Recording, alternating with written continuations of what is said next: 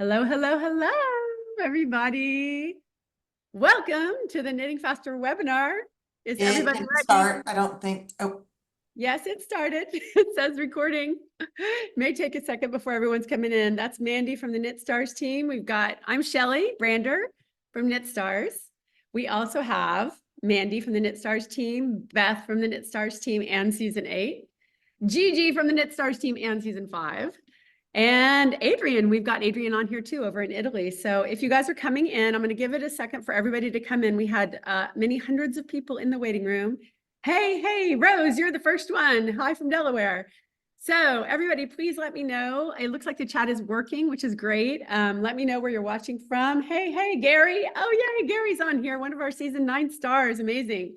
Yes, I am so excited for this webinar. This is our second one to do in a row. We did one last month on travel tips, and this one seems to have really struck a nerve because we are promising to help you learn to knit or crochet faster. Now, this comes with a little caveat, right? We all wish we could knit faster. I'm always working on it. I will say, from owning a yarn shop for 20 years, I've stood over a lot of shoulders and helped people get a better technique that's more efficient and faster for them. So I do have a lot of really specific things to share on that, but I've also got some great tips from 9 different knit stars that we have selected through the seasons that are going to help you guys out. Look at the chat flying. It makes me so happy. Thank you guys so much for making time to be on this with us today. I really appreciate you taking time out of your day, and I really am going to give everything I've got to give you a ton of value in the next hour about how to knit and crochet faster. Before I wanted to just make sure and say hi to everybody in the chat. I'm going to go into presentation mode here in a bit, but Beth from our team and the rest of our team members are going to have an eye on that chat. And if you haven't been on one of these before, here's how we do things around Knit Stars. We love to give prizes, and we give prizes based on participation. So what we do is, when the time comes, we'll have 2 prizes during this webinar, one about in the middle, one towards the end, and we will choose from the chat at random. We will grab a name from random, and then we will award you your prize. So the more you chat and engage, the more fun it is for everybody. And I'm a big believer in community. I know a lot of people sometimes do these webinar things and they shut off the chat because they want all eyes on them. I love seeing this community happen because it lets me know that we are fulfilling on our mission to knit and crochet the world together. So awesome to see you guys. Look at all these: California, Chicago, Texas, Tulsa, my hometown. I was there a couple weeks ago. Today I'm in Santa Rosa Beach, Florida. There is a construction crew working outside. My new puppy, Charles Barkley, is barking away in the background, but hopefully they'll all behave for the next hour or so. Awesome to see you guys. Okay, let's go ahead. Couple quick housekeeping things. You can, I think, toggle your view if you want to see the huge number of people that are in here. I can't see you though. I can't see your faces. If you're in your PJs, that's all cool. Just relax. If you're sneaking away from at your desk at work, great. It's our little secret that we're spending this hour together. But again, I'm going to go out into presentation mode, but Beth and everybody will be here answering questions in the chat. And if you have a really pressing question, this chat is flying by faster than ever before. If it's really pressing, please use the Q&A box on the bottom of your screen, because that'll pop up into my view and I'll be able to catch that. But that maybe is the not voice in the Beth. chat. Yes, that's Beth. That's your friend Beth, who's helping out with Hey, you. everybody. That's a great point. So I'm going to go ahead and jump into it because I have tons of great tips to share with you guys, tons of really practical information, and tons of Knit Stars. Oh, and I'm going to have a sneak preview from our season 9. So that's going to be fun. So let me see here. I'm going to get into it right now. I've got to do a couple quick tech things. So here's my little presentation coming up, and then, I think I need my glasses for that. I'm going to go into my share mode here and present this. Okay, so here we go. This is us presenting how to knit and crochet faster. So there's really 3 parts to this. Spoiler alert: there's speed, there's productivity tips, but there's also some mindset hacks. So here is what you're going to get out of today if I do my job appropriately. This is what you're going to learn. Like I said, some really practical technique tweaks for both knit and crochet that can help you get a more efficient motion, which is going to lead to more productivity. We're also going to talk about different styles that impact speed. We know the age-old debate over whether English versus Continental, American versus Continental, which is faster. We can talk about specific techniques for those different situations, and also sock knitting. We're going to do the same for crochet with a little help from a previous knit star. I've got tips from 9 different knit stars that we're just going to, it's just going to give you a flavor too for what we do here at Knit Stars. If you're not familiar, we're like the original online learning platform for knit and crochet that incorporates documentary style videos about every star. We fly directly to the star. We produce 10 new masterclasses each year as part of a new season. We are involved in season 9 right now, and I'll get into that a little bit later. But that gives us a great ability to curate and cull from a ton of amazing content over the last 9 years to share with you on this specific topic. So like I said, besides the technique tweaks, we're going to have some time management and mindset tricks. And again, you might be surprised how impactful a couple of time management edits are to how much you actually produce that you're happy with. Do make sure you have a pen and paper. The last webinar was so packed, people really struggled to keep up. So I culled it down a little bit this time so I can finish it in an hour. That is my goal. But you might want to have a pen and paper to write down the notes. So we had that feedback last time. People found that they did get a lot of value and write a lot of notes. So let's, and we do have a special offer just during this webinar because our season 9 has begun to early release. The season 9, normally we premiere a season like in November, and we roll out the workshops every few days, which can feel a little bit like a fire hose. It's a lot of content in a really short amount of time. So this year we decided to early release the workshops starting in August. So we've actually already early released 2 workshops, Carol Feller and Emma Facio, and we're getting ready to release Hazel Tyndall's workshop this coming Sunday. Now, Hazel, in case you don't know, she's an amazing Shetland-based knitter, and she has been crowned twice the fastest knitter in the world in an actual competition. And I've seen it, and you'll see it. It is very, very fast. We had to actually put a disclaimer that we had not sped up the video in her workshop because she moves so quickly. So we have little sign-up windows extra sign-up windows this year because we're early releasing the workshops. You can join season 9 right now. The website you go to is knitstars.com/shine, and we'll put that in the chat too, but it's here, right here on the screen. If you do that during this webinar, you can use the coupon code Shetland to save $20 off the rate. And we will send you the slide deck from this webinar afterwards, which has all the tips plus the actual clips from the stars, which will be, I think, a really helpful resource as you work on your journey to become a faster and more productive and more efficient knitter or crocheter. So if you do happen to join during this event, because we had a whole bunch of people join in the last webinar last month, if you'll come in the chat and say all caps, I just joined, I would like to celebrate you. We'll try to catch it. Beth is going to keep an eye on it and celebrate if you decide to join during the next hour. Super appreciate it. I know Hazel will appreciate it because you'll get to watch her watch her workshop when it drops on Saturday. Okay, so let's get into this. Faster making part 1. So let's start with the techniques. So here's the thing that I have learned. Number one thing from owning a yarn shop and seeing the way that people knit. Every single knitter and crocheter is unique. I've never seen 2 people who knit exactly alike. There's all these funny finger movements that we just intuitively develop as we come up with our own style. It depends on a whole lot of things. Beth on the team can really talk to this in a deep dive because she's adaptive knitter and she teaches adaptive knitting. But the truth is, every knitter is as unique as their own anatomy and their own who they learn from, how they tweaked it over time, what patterns they did in what order, and what muscles they used during that time. So what it starts with, the number one thing is yarn. Well, the first thing we want to think about is your yarn management.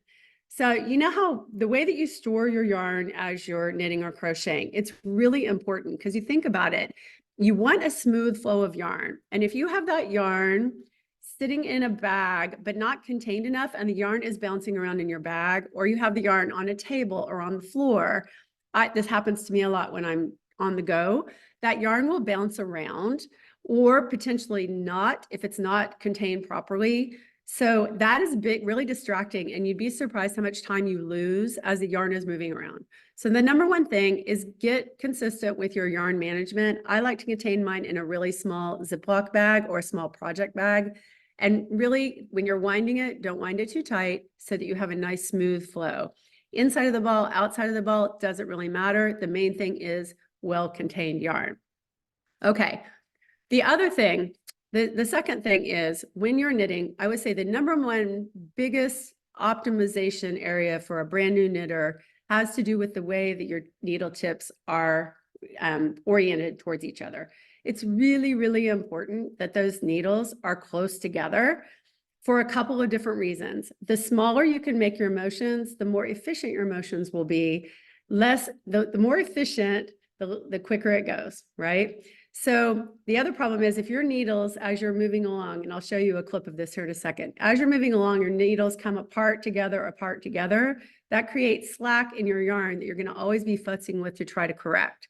So probably the number one thing as far as needle management is tips closer together. So number three is, this is so common, and again, it goes back to how you learned. Your wrapping motion or your picking motion, if you're a continental knitter, you want a smaller motion. And a lot of, again, beginner knitters, and it can be a habit that develops over time and just sticks, is this really dramatic, like you're conducting an orchestra situation with your yarn as you're wrapping or as you're picking. Less common with continental knitters, but this, for some reason, a lot of times knitters will develop this really big motion. The smaller that you can get that, number one, it's more efficient, takes less time over the long haul. Number two, you can catch it on things by accident, on your fingers, on your needle, and then you've got more time undoing it. And you'd be amazed how many people develop these really complicated compensatory things as they go along. They wrap it and it catches and they uncatch it like every single stitch. So the other thing that's very common, again with beginners, but can stick over time, is that tugging of the yarn that we tend to do. You know, we do a stitch, we think it's not tight enough, and we tug on the yarn. So that does two things. It makes it too tight over time, and it's also an extra motion that you don't need in your repertoire as you move along. Along with that is this idea that you have to wrap to get proper tension. You have to wrap these like origami-like string art situations around your fingers. You don't need that. What I've learned from the stars over time and what I've learned from my own journey is the simpler the wrapping to maintain tension, the better. And ideally, you really want to get to where you, especially for knitters, I think less so with crocheters, but a simple, just laying it over the finger as you knit will actually reduce your push and pull through the process. You want to get where you can do that ideally over time, and it can take some time. Another very common place that people get hung up is the turn. When you get ready to turn your work, right? You knit a row. If you're working back and forth, you knit a row, you turn it. A lot of times the yarn can get hung up on the needle. You can get a lot of slack. You get a lot of slack when you do the turn. So you want to think like a swimmer. We just had the Olympics, right? You want to think like a swimmer, and that turn is really important because that's where you can gain or lose a lot of time. So that's a lot. This is a lot of, like I said, I've got a lot to share with you. You may be hearing all this and thinking, I don't do any of those things. Well, this is my biggest tip when it comes to technique, and that is ask somebody to video you. Ask somebody to stand over your shoulder and video you, and then slow it down. And you're going to be surprised how many extra motions, how many of these things you do on some level. I mean, I've seen the top knitters in the world. I mean, all these knit stars that are names you know so well. Myself, you know, I'm right in there with it.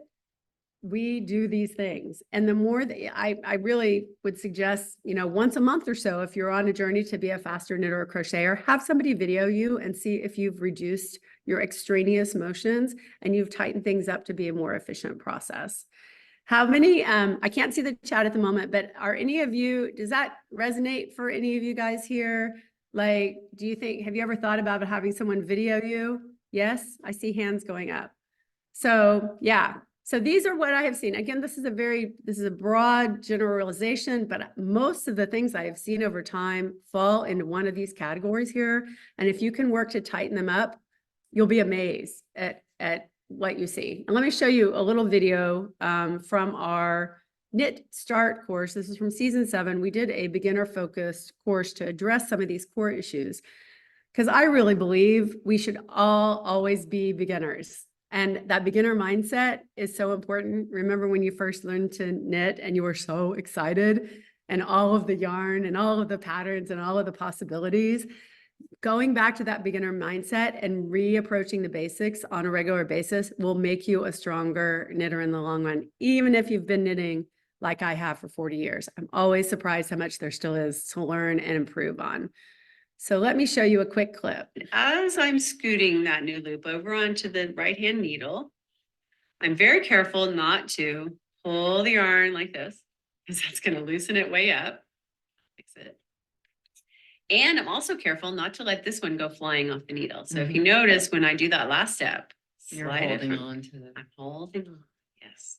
Slide in from the left, twirl it from the right, anchor, loop to loop, rock it out of sight. And look, I'm putting my finger here, so this guy can't go anywhere. And I'm scooting this one down. And if you watch, and this takes some practice, most of the time I'm keeping both things happening right here at that sweet spot, right before the tip of the needle. How do you feel about trying it, Jean? I'll try it. So can you just do one really fast? What does it look like? When it's fast? Yeah. Well, it's hard to go fast with these giant, we're working pretty big here, but. Are you thinking, I can do that so much faster with Continental? I am. I'm sorry. No, it's okay to do that. A lot of people find that they can work much faster with Continental. Okay, right now you guys are probably cracking up and thinking, if that's fast, I don't think I'm getting anything out of this webinar, right? That was a really slow representation for beginners. But the thing I want you to take away from that is, I think a key is to learn. If you guys have somebody video you and you've been knitting for a while, you'll find you're probably doing a lot of small scooting motions with your fingers to get your yarn to the sweet spot on your needle as you go along. That is actually another tip that I have for you for faster knitters and crocheters. Faster knitters go faster because they make a lot of tiny scoots with their fingers. Instead of knitting a bunch of stitches farther all the way down the needle and then taking time to do one big push to move the yarn forward on your needle, learning to make those coordinated, quick, tiny scoots is something that you can intentionally work on by having someone video you on a regular basis. And when you watch video tutorials from some of the best out there, you will see they do that intuitively. So that's something I wanted you to see in action, because it's kind of hard to describe. But those tiny scoots that are intermittent, that's another part of the efficiency quotient. Really a really helpful thing to learn over time. Beth just texted me, so I thought it was an emergency, but she just wanted to know the name of my sweater. So I guess you guys are asking. So this is 50 Shades of Linen by me years ago. It's an old loops pattern. I decided to throw it on today, and I actually thought it would be fun to just give it to everybody as a gift. So we will do that. Don't worry, Beth, you don't have to go scramble and find the link. We'll add it when we send you a follow-up after this presentation. If it's helpful to you guys, we will probably put a replay out. But we'll regardless do a follow-up email, and I will gift you guys this pattern. I think it's out there on Ravelry for maybe $8, $10. It's a great piece, and we had it updated not too long ago to be more size inclusive, because it is tons of positive use, but we added some a size range, I believe. So yeah, 50 Shades of Linen. So now let's talk a little bit, because my friend Jean Triplehorn, she originally learned Continental knitting from her mom. And so, whichever way you learn first does tend to be what you go back to. Even if you learn the other way, whatever we have, that earliest muscle memory is what tends to stick. And I do often tell people when they're stressing a little bit, like, should I learn Continental? I already know how to knit, American English style. Should I learn Continental? Will it be faster? The answer is sometimes. And again, it comes back to your own anatomy, and it's definitely worth a try. But I have found through the years that whichever way you learned first is going to be your long-term fastest way to go. It's always worth a try. And let's talk about it a little bit. Let's see here. So here's some tips for Continental knitters. And by the way, I originally learned wrapping. I still tend to wrap most of the time, but I will use Continental if I don't have to purl a lot. And also for the purpose of changing up, of not having repetitive motion in just injury, which we're going to talk about also. That's really important when we're talking about speed. We also have to talk about health and staying well and staying healthy with our hands and our joints and not having injuries. So Continental tips. Here's Margaret she's one of our star guides, and she's a big Continental knitter. Many people do find it more efficient, and thus it is faster for a lot of people. I think the primary reason for that comes back to what I was talking about unnecessary motions. The actual act of picking that you do with Continental knitting instead of wrapping provides less opportunity for these larger, like wasteful motions. It's just it happens in a smaller area. I have seen people that pick with kind of a big motion, but it's by its very nature, it's more contained. So if you're somebody that can't give up that big loop-de-loop when you're wrapping, it's worth a try to work Continental. I do again find it especially quick for patterns that are mainly knit stitches. And I'm going to show you a little hack from our season 7 star Patty Lyons here in a little bit. If you're one of those people who doesn't love to purl, or you find that it slows you down, particularly the Continental purl, because it can be especially challenging. So I always recommended to people, especially if they were longtime wrappers, but they wanted to try Continental and see if they could move faster, I always suggested to cast on for a simple pattern knit in the round, like a basic cowl, something with no shaping. And I mean, a hat would work, but you've got to think about shaping with a hat. So I like a basic cowl and literally just practice in the round, in the round, in the round, in the round knitting and getting it down and seeing. And you can actually time yourself. And I've been known to do this.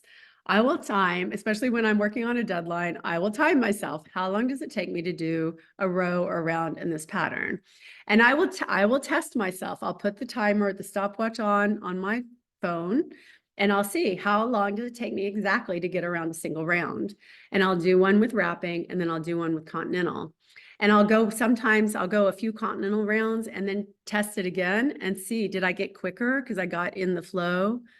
And then I'll multiply it out in my head. Okay, it's going to take me X seconds times X rows, and it's going to take me this long to complete it.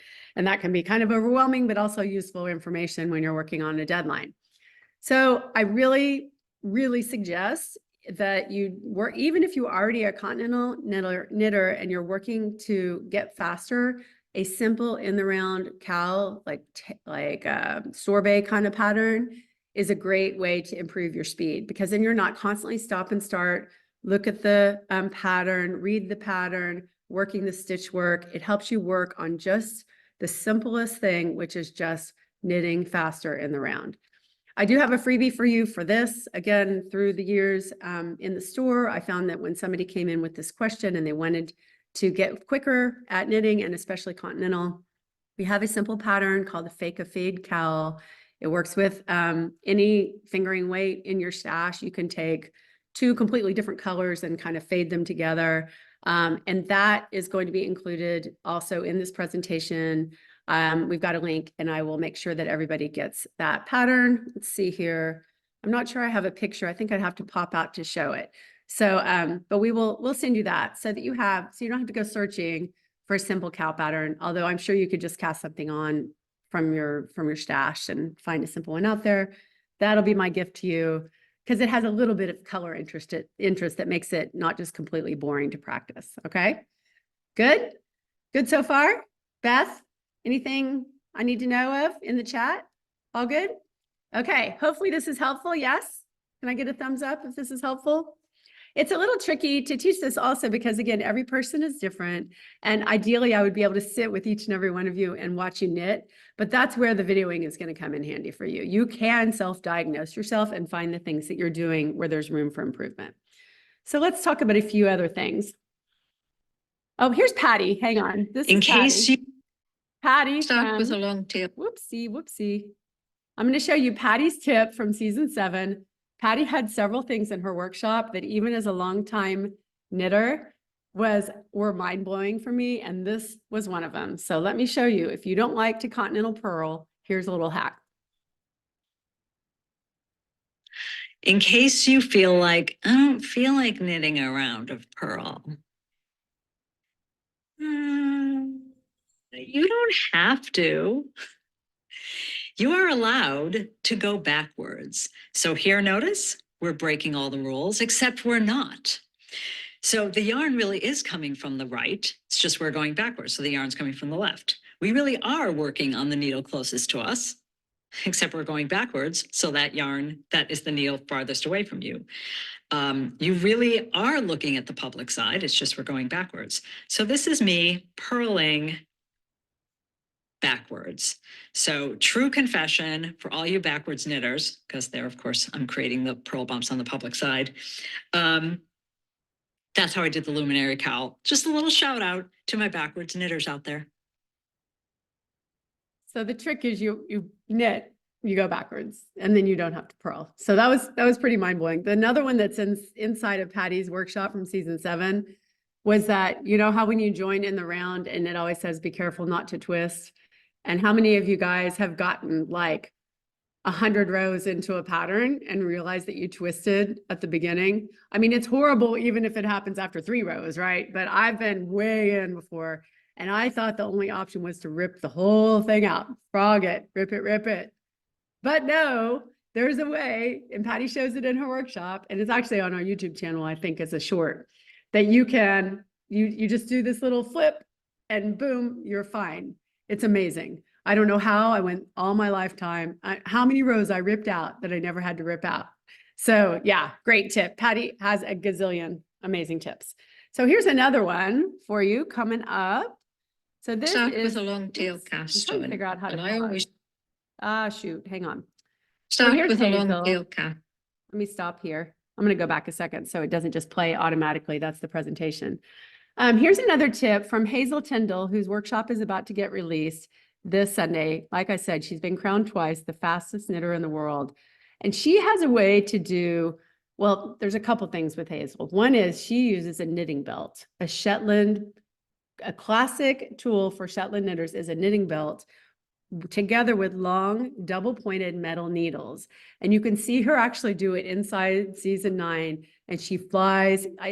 Again, it looks like you think you're watching in fast motion, but it's regular motion.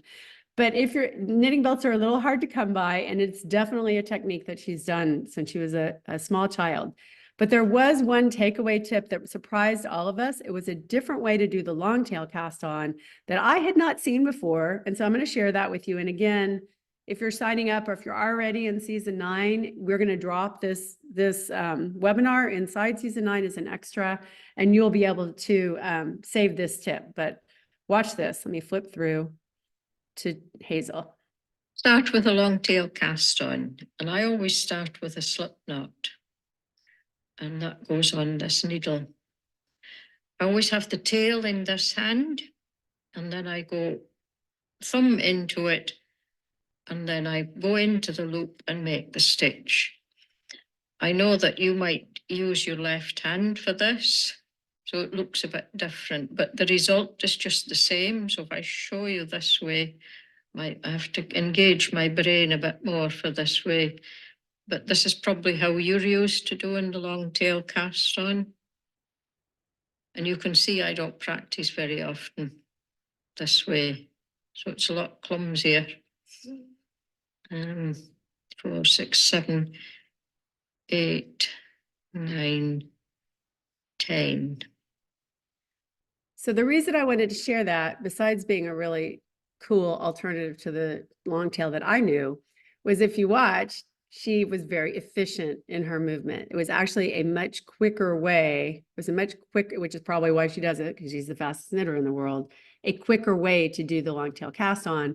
Also, I found it like my brain wrapped around that. I don't know about you guys, my brain wrapped around it a little easier. I always still to this day, I tend to do the knit on cast on because I find it the fastest.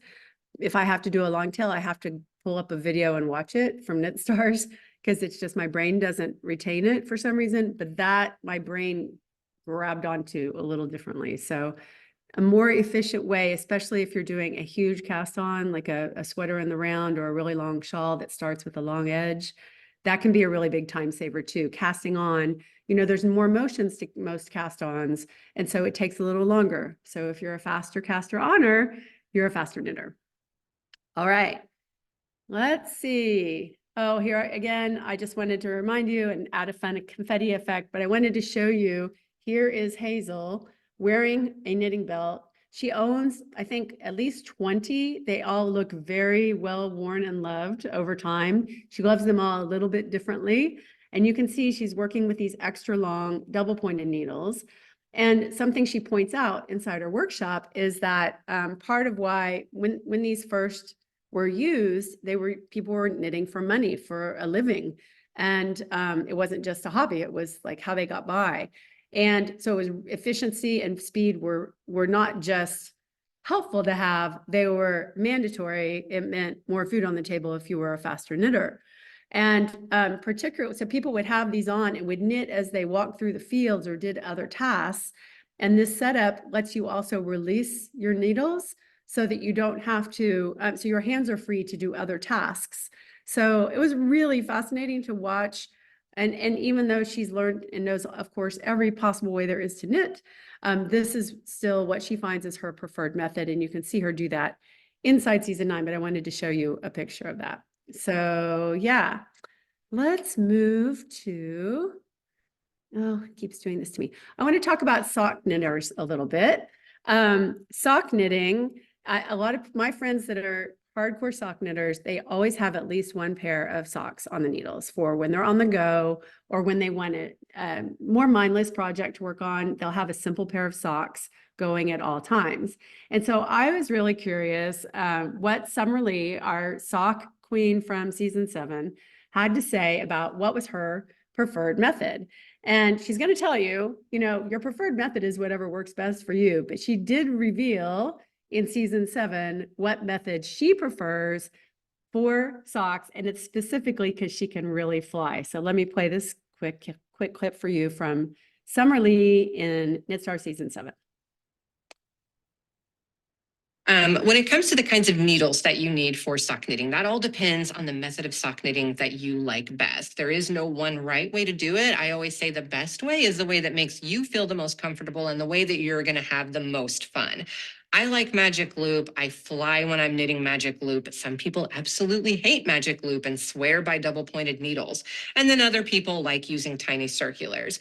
I do not like using tiny circulars as much because they do cause hand cramping for me anyway. So I've always found it a little bit difficult to use just a standard tiny circular needle. You can see on this pair that both needles are the same size.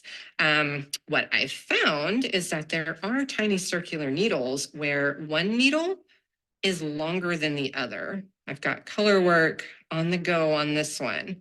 But you can see that this right needle is a lot longer than the left needle. And for whatever reason, I don't know the science behind it or how it works, but it does cause less hand cramping. So I use these constantly whenever I'm doing color work socks. And I'll talk more about that in my color work module, specifically which needle should be on which side, because since you've got one needle longer than the other, you do kind of have to pay attention to that. And you always want to have the longer needle on the right side and then the shorter needle on the left side of your knitting. And that's something that we'll get into in a little bit when we get into color work. So you've got long needles that you need for magic loop knitting. These are 40 inches. These are 40-inch US size 1 Chowgu, and these are my absolute favorite sock knitting needles. If you do magic loop, these are perfect.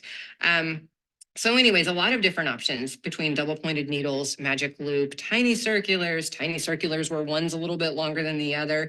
Finding the tool that best suits you and that gives you the most enjoyable knitting experience, that's your goal. You don't have to worry about whether people say, oh no, magic loop is easier or double pointed needles are easier. Don't listen to that. Just do what's easiest for you and figure out which method works best for you.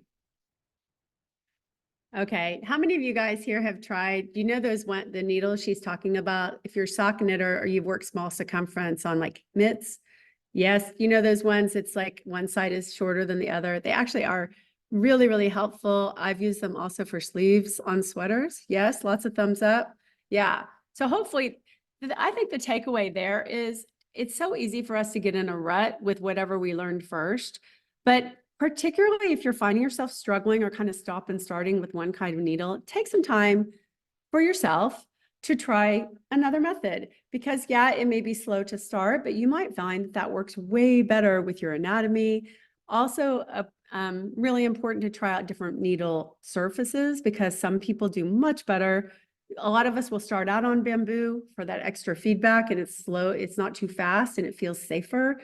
But if you just decided, well, bamboo is my favorite, I'm never going to try anything else, you never would discover a chalgu or the speed. For me, I love a chalgu needle, a metal needle. I love the signature straight needles. I use those a lot still. So you experiment, allow yourself some time to experiment. I know we all have really big cues to work through. We all have tons of hard eyes for all the Ravelry projects, but taking that time can make all the difference in how, not only how quick you are, but how much you enjoy the process. And that is important because that's why we get into this, right? So, whoops, let me see. Okay, let's talk about crocheters a little bit. So I've recruited a little help from one of our KnitStar crocheters. I've got a great group of tips for you here in just a moment, but I have crocheted almost as long as I've knit, and I really started picking it up lately. This is a top that I just finished recently, shown on the screen in my best Olympic pose. But I have found lately I'm really enjoying crocheting because I'm finding it very meditative, and because I live on the beach now, it's crocheted tops. I'm more often to put apt to pull out than a cashmere sweater, for example. And so for crocheters, here's some top level tips, and then I'm going to let one of our knit stars take it away. But number one, again, yarn management. Take time to put your yarn in a bowl or a bag or something that contains that yarn.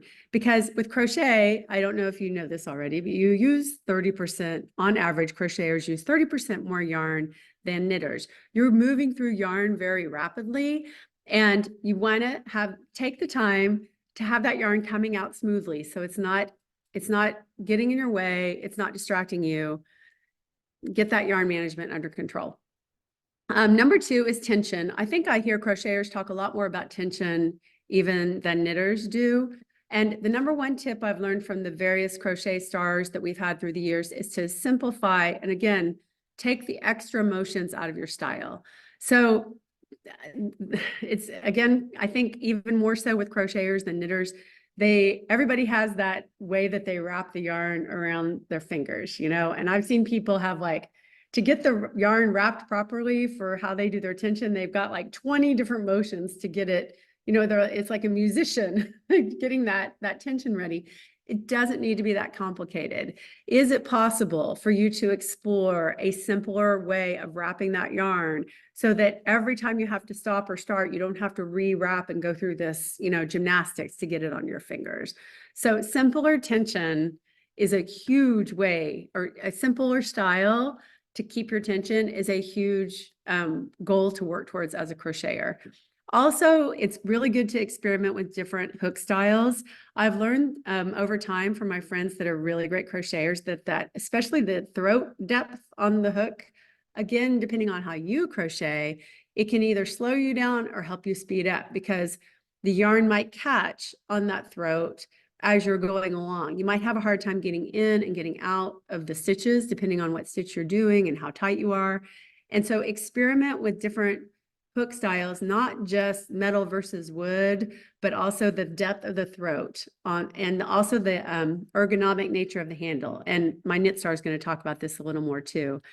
And then relax, relax, relax.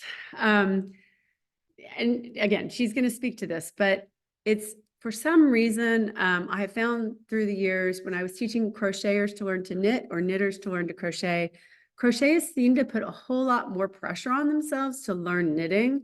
It was somehow like more intimidating and they felt like they had to keep it tighter. And whereas knitters were like a little more laid back about, oh yeah, now I'm going to learn to crochet. I don't know why that is, because each craft is amazing in its own right. And if you already know how to yarn one way or the other, you are going to pick up the other craft faster than someone who's never done either. So give yourself permission to relax. And if you need to, take some moments to actually do some meditation, deep breathing, whatever helps you relax. Just take a moment to center yourself before you dive in. Maybe put on a diffuser with some essential oils or do something to help yourself, a couple sips of your favorite beverage, relax. That's going to help you move faster by slowing down to begin with, if that makes sense. So let's jump into some really great tips from Tamara Kelly from a previous Knit Star season. I've just blanked on it, but I believe she was season 3, I think. Beth, give me a thumbs up. I think I've got it on my next screen, season 3. All right, 90 plus stars. I'm doing good to remember which season each one was from. I want to talk about once you actually start crocheting. A lot of things people, both knitters and crocheters, worry about is their speed. And crocheting faster doesn't always mean crocheting better, but there are a few things you can do to increase your speed. Number one, though, has to be relax. Relaxing your shoulders, your arms, and even your hands can really help. When we're learning a new skill, it's very easy to tense up. I've been there myself, absolutely, or when we're watching a scary movie for that matter. But just remember to keep everything relaxed and it will actually go a little bit faster. Then, of course, practice, practice, practice. That's for any skill. The more you practice it, the faster you'll get. The last tip is a little bit more practical and also just really important as you're learning to crochet. You want to try a variety of different hooks when you get the opportunity. I've got a variety of hooks, very loudly here in front of me. And as you can see, hooks come in a wide variety of materials and shapes, and each one has its pros and cons, and not everybody likes every kind. These metal kinds are probably the most popular, and even they have 2 different styles. You can have hooks that have, pull these aside a little bit here so they're easy to see. You can have hooks where the hook portion sticks out from the throat. You can see this is a well-loved one. I think this one might have belonged to my great-grandmother. This one is very handy for different types of stitches and just different styles of crochet. This one, an inline hook, you can see the throat comes down into the hook. It might be easier to hold them both up to compare here. You can really see the difference in the different hook shapes. Some people prefer one, some people prefer the other. It's just personal preference. Beyond this, which is the 2 standard sizes or styles rather that you'll find in most craft stores, there's of course plastic. There's hooks that are a little more ergonomic, that have a softer handle. Those come in a variety of different brands and shapes and sizes. Some have a flatter handle right here that can make it easier. Others are very much rounded. And again, this is all just personal preference. Metal, wood, plastic, whatever you like best. This one's resin. These ones are considered more ergonomic. But again, it just depends on what works for you. When you're holding the hook, no matter which style hook you're using, you can hold it one of 2 ways, but really there's a million different ways you could hold it. The basic 2 styles, however, are overhand, where you hold it like this and work into the yarn, holding it more like a knitting needle. And then the other style, which I tend to use, is the pencil grip, which is like this, where you just hold it, not quite like a pencil. Some people do hold it actually more like a pencil. I tend to hold mine a little further back. But again, that's personal preference. Unlike knitting, which can have very delineated styles of holding the needles, with crochet, it's literally whatever makes your hand feel good and gives you the stitches you want to get. So Great tips from Tamara Kelly. I found those really useful. Another one she didn't mention is also varying your materials. So if you're somebody who's always crocheted with cotton, maybe you're a big peaches and cream lover and you've made dishcloths for everybody you know, but you've never experienced crocheting with a bouncy merino wool or a superwash or something that has a little more give, you might find it a completely different experience and they're able to go much faster and it doesn't get caught on itself so much because you're not working maybe quite so tightly. So give yourself the permission that our theme for this year is permission to shine. Give yourself permission to experiment a little bit. You might find you're kind of standing in your own way. So allow yourself to experiment and find maybe something that you're going to move faster and enjoy a lot more. I've got 3 last tips in this technique section. My other 2 sections are much shorter, but my last few tips, this applies for everyone, knitter, crocheter. Number 1, cut down distractions.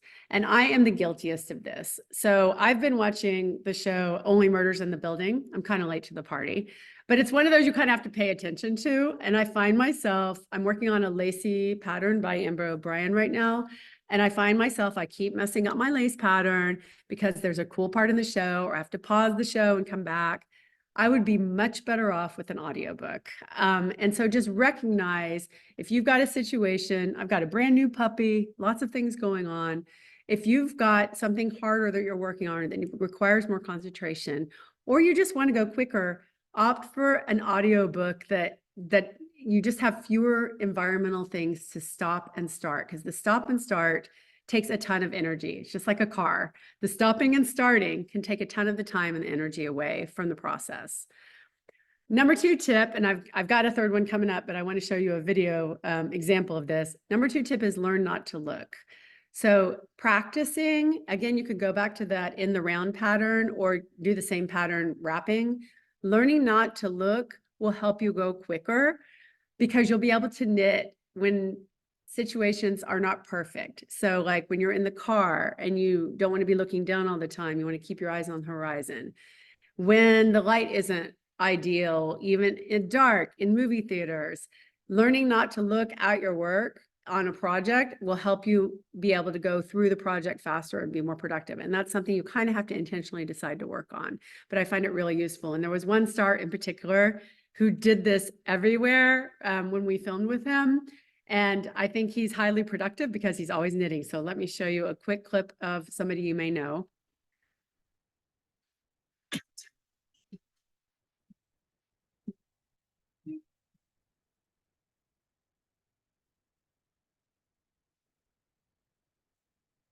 Okay, there he's that was Stephen West, the one and only. Everywhere. We were at a concert, it was pitch black, and he was knitting without looking the whole time. So that was something he personally told me why he's able to get so many projects done is that he doesn't have to look at his knitting.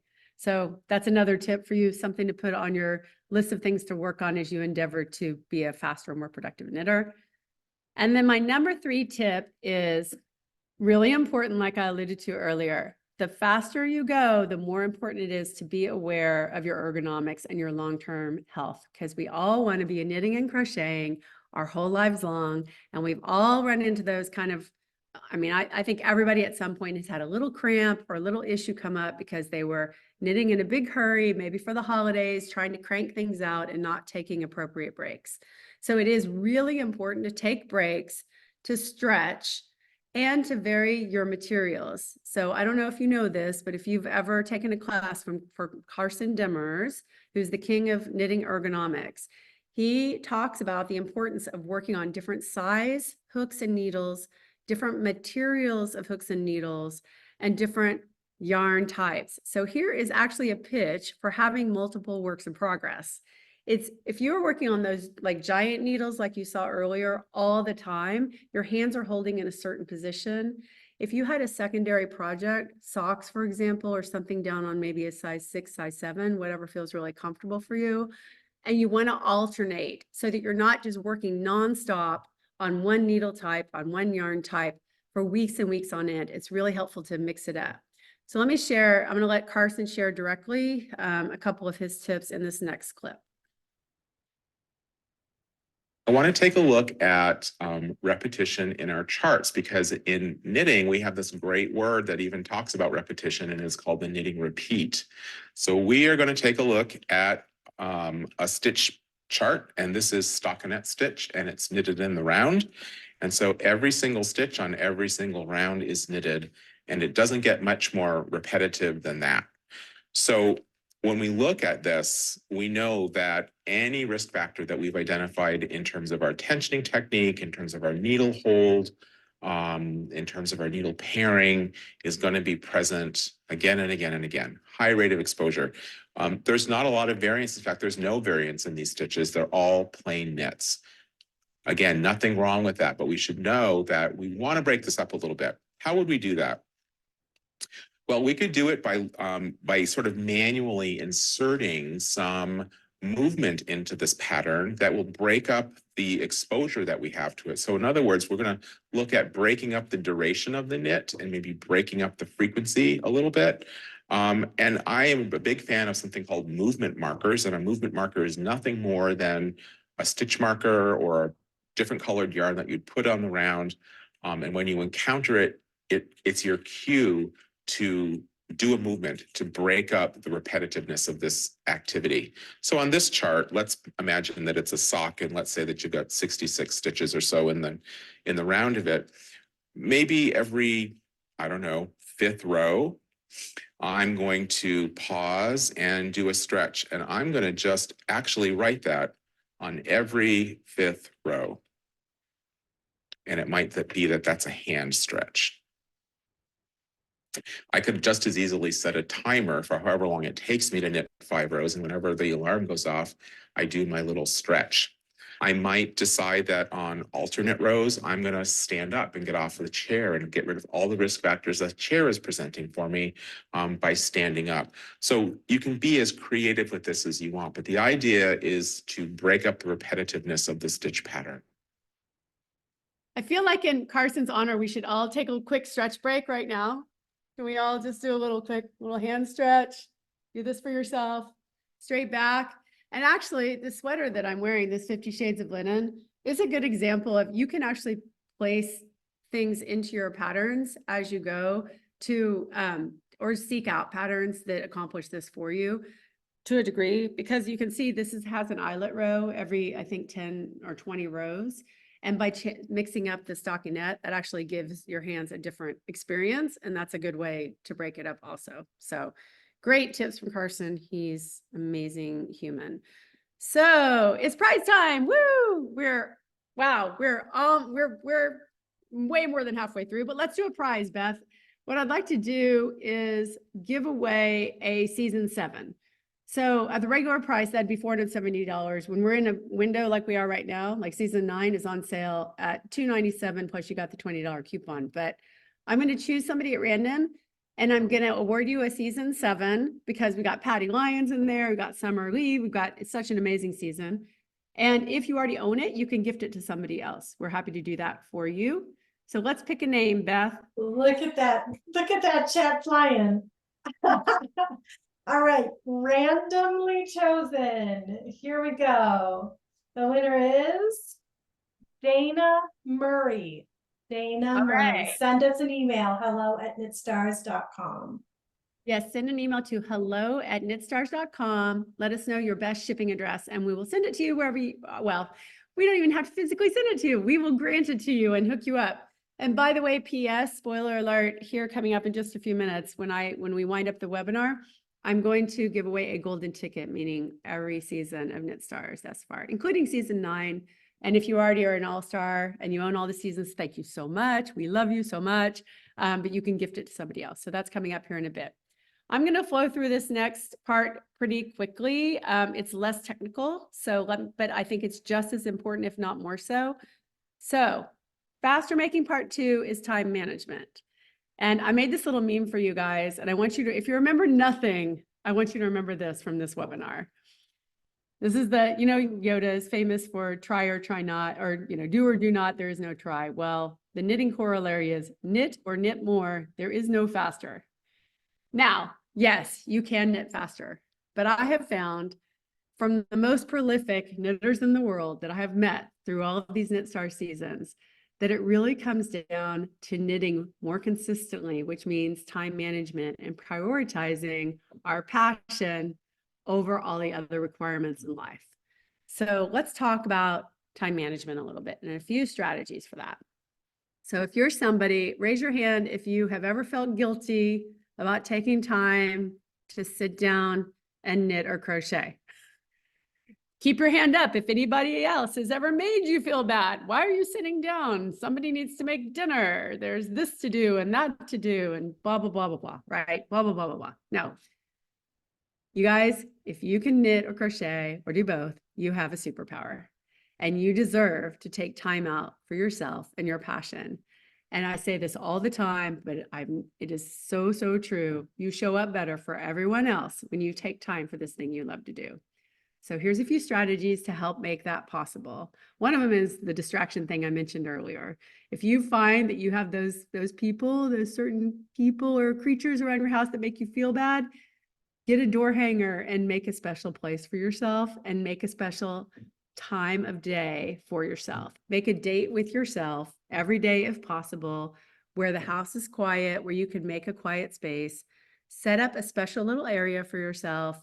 Maybe again, a diffuser, special candle, special treats, have your yarn all managed properly and well and contained, have all of your favorite projects at your fingertips so you can choose.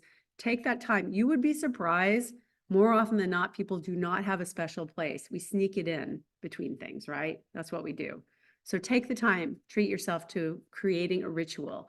You can use a habit tracker. There's a ton of them available on iPhone and for Android that are free. You can set a free daily alarm on your phone that this is your time just for you.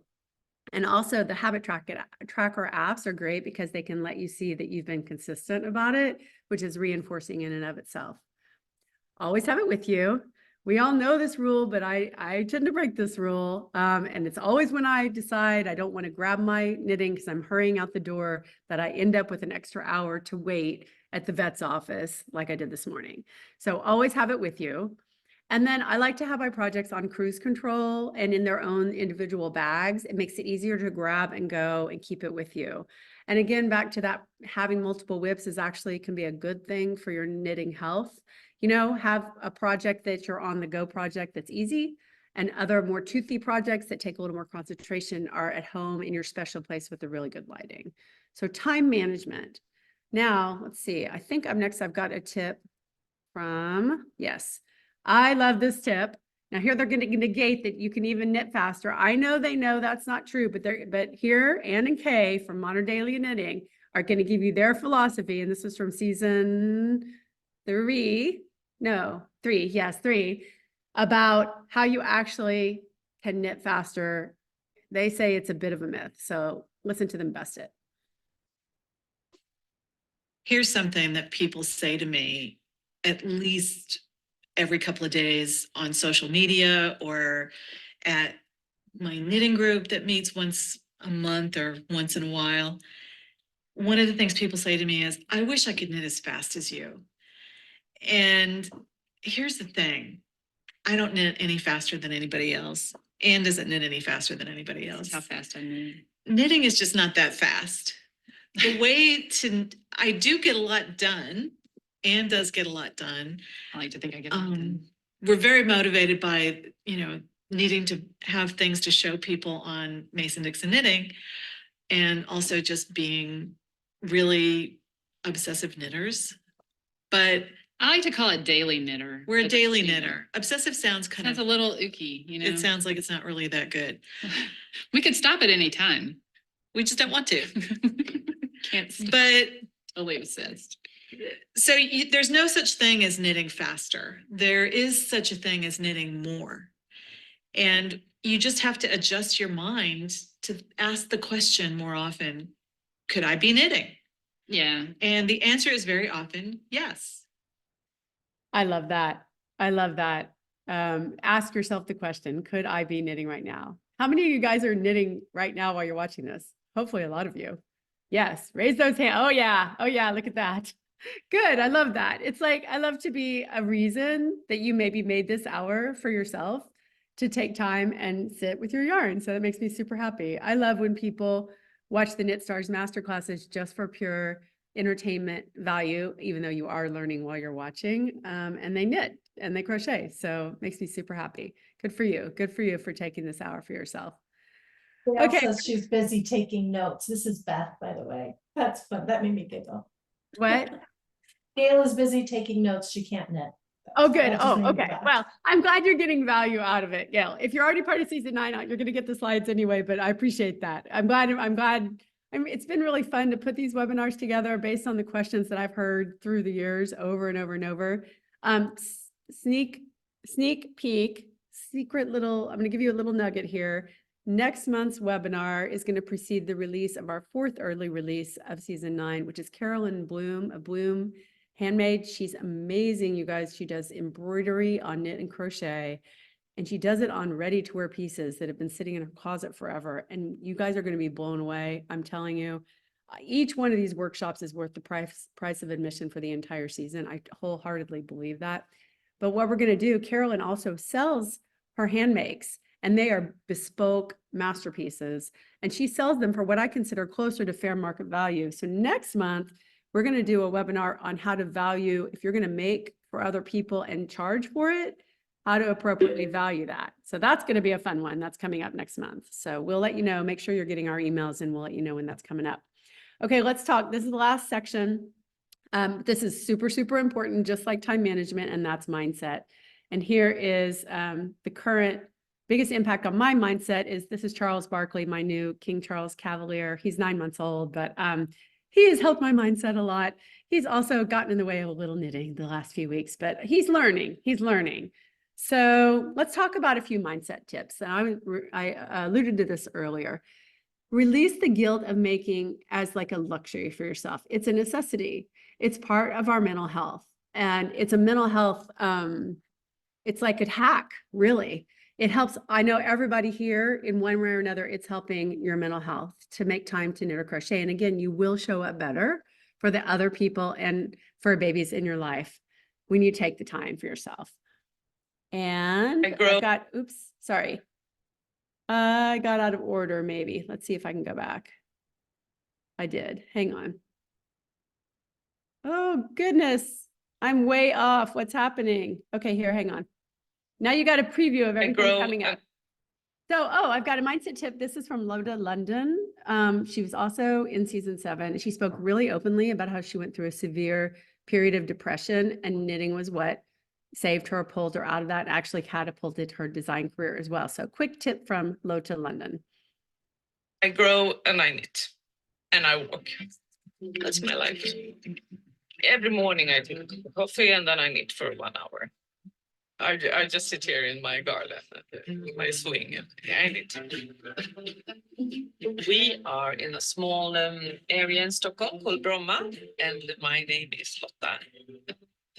There are around 200 small cottages. My cottage is around 19 square meters. It's very, very, very tiny, but it's 3 rooms and a kitchen on 19 square meters. I think it's the simplicity, and I don't have a bathroom. I have to go to a bathroom. The kitchen is very, very small, and I just had cold water, but it's something with it. I like it. This is more like me. I can go in my rubber boots and my, like this t-shirt. I don't have to be someone. My plants are my best friends. Every morning in my greenhouse, I go out and I give them water and I talk to them and I prune them. And so, what do you say to them? Good morning. How are you, darling? Oh, you look great. You know, I came to knitting because I got burned out like 4 or 5 years ago. And I couldn't go out. I had panic attacks all the time, so I couldn't go out from my house. And I still was very restless. I could not just sit and do nothing. So I was creeping in my body. It was awful, really. And then I had to do something. And then I started to knit. Okay, go. I worked normally as a graphic designer. And then I found out it was very fun to knit something you design yourself. And then I could go from flowers to quotes and rock stars and persons and poems. And it was so funny. It's like everything is storytelling. So this is also with the knittings that you tell a story. And then I did Iron Maiden, and it was very popular. Knitters are hard workers because I sell a lot of these. from the beginning, I didn't mean to sell anything, or I don't want to do something with knitting. It's just relaxation for me. And I found out, oh my God, there are actually some money to earn on selling patterns. So I put up one pattern on a Ravelry, and it just started selling at once. And then it just went on. I could see, wow, this is really something. And it wasn't meant for me to be a knit star or a knitter or anything. It was, for me, it was just relaxation. And when I could knit, I had something to do, and it offered a relief. And I had a meaning with my days. It calms me. And every morning I wake up, it's, oh, thank God for knitting. And I can sit and knit, and I can listen to a book, and I'm okay. I get emotional when I watch these back, even though I mean, the way that each star pours their heart and their whole story out, and they're so transparent. Having just finished filming for season 9, I just sitting here thinking back through how each one of those 10 stars welcomed me and Brad, the videographer, into their home, into their life, let down all their guard, and shared everything. The teaching is amazing. The techniques are amazing, but I always say they come for the workshops and they stay for the stories. And that really is the magic of Knit Stars. If you've never experienced a season, especially a premiere, it's extra special to go through it with the whole community. So a moment of gratitude for Lota and all the other stars who've had this vulnerable moment, and Beth and Gigi too. So, okay. So hopefully that reminds you of why you do what you do. And if you have that guilt, and the holidays will be here before we know it, it gets harder and harder to take that time for ourselves to just knit or crochet for the pure enjoyment of it. Give yourself that chance. Just a reminder. I hope in this moment you're giving yourself that permission. So here's some more mindset tips. Coming back to give yourself permission for multiple cast-ons. I'm a pretty monogamous knitter. I tend to do one project at a time and get kind of fixated on it. But I have found I get more enjoyment if I have a few things going, because I'm less fixated doing that math in my head on how many rows I'm going to finish, how fast, right? It's kind of like, oh yeah, I'm going to pick that one up because I want to today. Where are your finished pieces? How many people here have at least one thing in their closet that hasn't been on their body in the last year? Yes? I bet you I have 200 pieces in that closet that I haven't pulled out. Every time you wear it, it's reinforcement. Like, fall back in love with your knits and crochet pieces, you guys, because it's reinforcement. People see it, you can own it, and you feel it. Like, I made this thing. Give yourself that. It's like a constant feedback loop of positivity for yourself. Really important to be in community. By being here today, even though we can't see all of each other's faces, you see each other talking in the chat, you know that there's all these little points of light out all over the yarniverse, all over the knitting universe, that we all have this shared passion. Doing this in community and learning and growing in community is a huge component that will keep you motivated to knit more and faster. And then also, oh, and by the way, we have an amazing community called the Yarniverse, where we actually have a $1 a month trial going on through this weekend, and you can get access to 50 previous masterclasses. If you haven't done a Knit Star season before and you want to get a taste for it. What's that, Beth? Oh, link is in the chat. Okay. All right. It's like ESP. And then let go of perfectionism. Like, if you're here, you are probably drawn to it. Like, yes, I want to knit faster. You might be a little bit of a perfectionist because you want to get faster, you want to get better. That's a growth mindset, and that's awesome. But the negative side of perfectionism is that we can tend to say not nice things to ourselves. And so letting go of the perfectionism and that tendency to want to show everyone the mistake, or kind of put yourself down because you're not fast enough or good enough. Let go of that and just enjoy it. Self-compassion, enjoy the process. All right. By letting go, you actually will find you're enjoying it and you're going faster. All right. Let's see here. Oh, one more quick. I think this is my last little tip. This is from Kay Fassett himself, the amazing Kay Fassett, from season 6. And he's got one last amazing mindset tip for you. I noticed that a lot of students, when I'm teaching, will be explaining to me ad infinitum why they're piece isn't working and why they didn't go to school long enough, or they don't know, they don't have the confidence, they don't have this, that, you know, and I don't want to hear all that. I want them to put all that aside and have the confidence to just try something. And it might be a mess at the end of the day, but you try. I think people that are too critical or too perfectionist have a really hard time being a creative person in life. Don't be a perfectionist. Who the hell likes perfection? I like things to be kind of loose and human, have human touch. It's made by hand. Don't make it look like it's made by machine, please.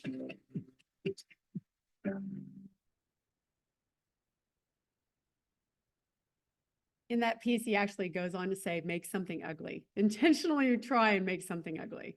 You might be surprised, you know, just letting go of that. It has to be perfect. It has to look like all the pictures on Ravelry.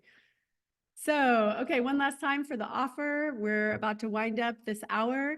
If you do want to get in on season 9, we do have the cart open now through Sunday. You will get instant access to Carol's workshop, Emma's workshop, and then Hazel's when it drops this Sunday, I believe is the plan. Yes. And you also will get, I will send you the slides from this webinar. If you're just for being here, and thank you if you stayed this long to the end, I think a bunch of you did. I really appreciate that. We will send you probably a limited time replay so you can go back through it, regardless of whether you're already in season 9, and we'll make sure you get the links to this sweater and this is 50 Shades of Linen and my Fake a Fade cowl pattern to practice your working in the round to work on your speed. And so, yeah, that is the offer that is good for really the rest of the day. If you decide to sign up. And let's see. Oh, one last thing. I've got a little behind the scenes peek at season 9 for you. So here's just some shots from season 9. There's Hazel in Shetland. So we went to Ireland to film with Carol Feller. We went to Shetland. I didn't make it all the way. I got stuck in Aberdeen, Scotland, but Brad went to film with Hazel and Gudrun. We filmed stateside with Gudrun as well, with Emma Facio in Turin, Italy. So you're going to feel like you're going virtually to all of these places. We also filmed in the Northeast with Chiwe Rank, Carolyn Bloom. Now it's a test again with Gudrun because we filmed her in Shetland and at home in Massachusetts. With Chantal from Knititude in Calgary, Canada. With Gary Knits, Gary Rides out in the LA area, his amazing home. And his masterclass is on knitting for good and how to do your own fundraiser, which is an amazing topic that we've never had before. We filmed with Gregory Stitch in Atlanta, and he calls himself the Prince of Couture Crochet, and he 100% lives up to that. And then we just finished filming the last workshop with Willie Nilly Knits, with Willie in the Detroit area. So it has been an amazing season 9. And all of the rest of the workshops will have 2 more early releases after Hazel. And then the remaining 5 workshops will debut kind of like, you know, when there's an amazing Netflix series and they drop 5 news episodes all at once. And it's so exciting. It's like a binge time. That will be happening later this season, like in late November, early December, we'll drop those remaining workshops. So it's been really fun to early release. I'm not sure we will do it every year, but it's a really special thing. It's giving everybody a little more time and space to enjoy the workshops together. If you're part of it, I'd love to hear from you in the chat. And if you're thinking about it and you're not sure, you're always welcome to email us questions at hello@knitstars.com.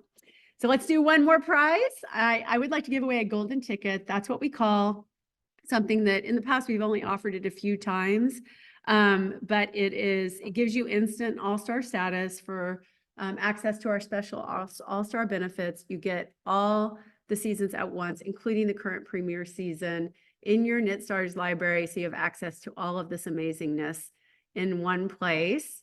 So Beth, we got to draw one. And this prize is worth, I think we have golden ticket on sale back at the sale price of like $14.99, I want to say. So this is like a $1,500 prize. At full price of the season is $470 times 9.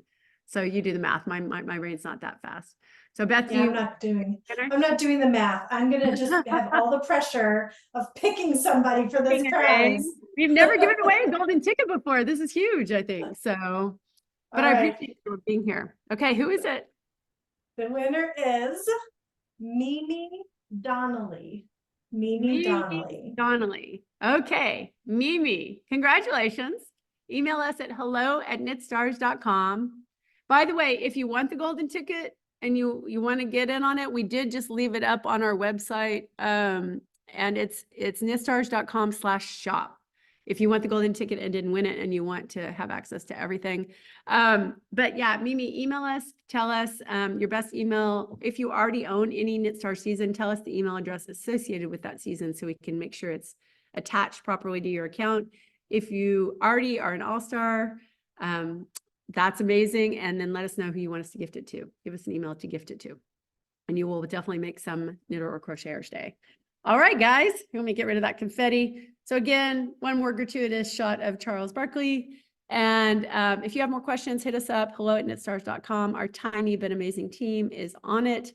Mandy, Adrian, and then we've had Beth and Gigi here. We've got star guides all over the world. And yeah, I'm so grateful for you guys being part of this. Also, shout out to my daughter, Mallory, who helped set up our DM funnels for this on Instagram and made a bunch of videos to promote this. I really appreciate your help, Mallory, if you're still around, even though you got to learn to make me look nicer in those reels. I'm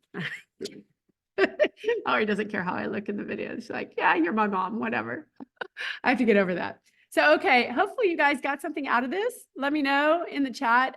We will send out a replay. Hopefully we'll have saved it properly and we will have saved the chat, but it's always better to be here live. So thank you for taking the time. I really appreciate it so much. And I appreciate you taking the time for yourself in this last little over an hour. I will make it in under an hour next month. I promise. I promise. It was better, right, Beth? I think it was quicker than last time. Yes. Yeah, we did. We beat our last time. Go Okay. team. I'm going to come out of share in there now. Now I can see. Oh, yay. Look, I miss seeing the chat. We're going to figure that out for next time so I can see the chat while I'm talking to you guys. I miss seeing faces and chatting. So thank you. Hey, Eugene, good to see you. Yes, let's knit. Let's knit. Hopefully you guys got some good takeaways. I appreciate it. If you have feedback too, I'd love to hear that. hello@knitstars. Tell me what you like the best. Tell me what I can improve on for next time. I would love to hear that. This is a relatively new thing for us and I'm really having a blast, but I want you guys to get a ton out of it each time. Okay. Margaret, I love you too. Hey, Margaret, I have a little present for you I got when I was in Detroit. I'll send it to you. Little present. It's dog related. Spoiler alert. All right. Thank you guys so much for being here. We're going to close out the webinar now. Make sure that we save it. And yes, there will be a replay, Joan. We'll email you at the same email you got the reminder for the webinar. We will send it out. It will be limited time, not forever, probably about a week. Okay. If it seems like it was useful, so we will do that. Okay. We don't always promise it. We don't know the recording will work every time. That's why we don't promise it ahead of time. And we want you to show up live because it's more fun. But yeah, if it saves properly, we will send it out. Thank you. Detroit Knitter, Willy Nilly Knits. Willy Nilly Knits. Yeah, amazing. Thank you guys. Have a great rest of your day. I'll see you next month. Or inside season 9 and the Yarniverse. Okay. Bye.